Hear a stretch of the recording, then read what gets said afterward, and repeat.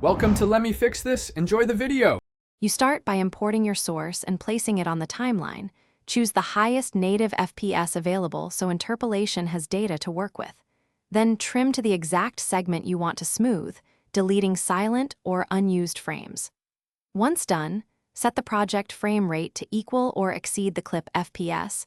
This reduces jitter when retiming. Make sure to keep an original backup track disabled for reference, because you'll be experimenting with speed and frame methods next. Now you apply Capcut's retiming tools.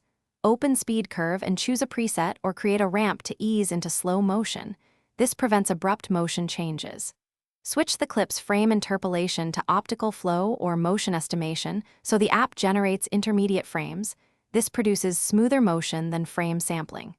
Reduce speed to your target, 50% or 25%, and then tweak the smoothing strength while previewing. If artifacts appear, soften the curve and lower the interpolation aggressiveness to balance clarity and fluid motion.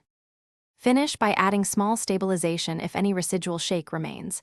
Even subtle smoothing helps perceived motion quality. Color grade and crop if needed, then export using matching FPS and a high bitrate to preserve motion detail.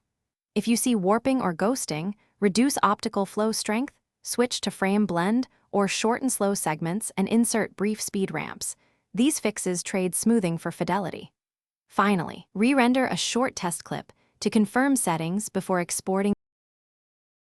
Thanks for watching. If you found this helpful, don't forget to like and subscribe.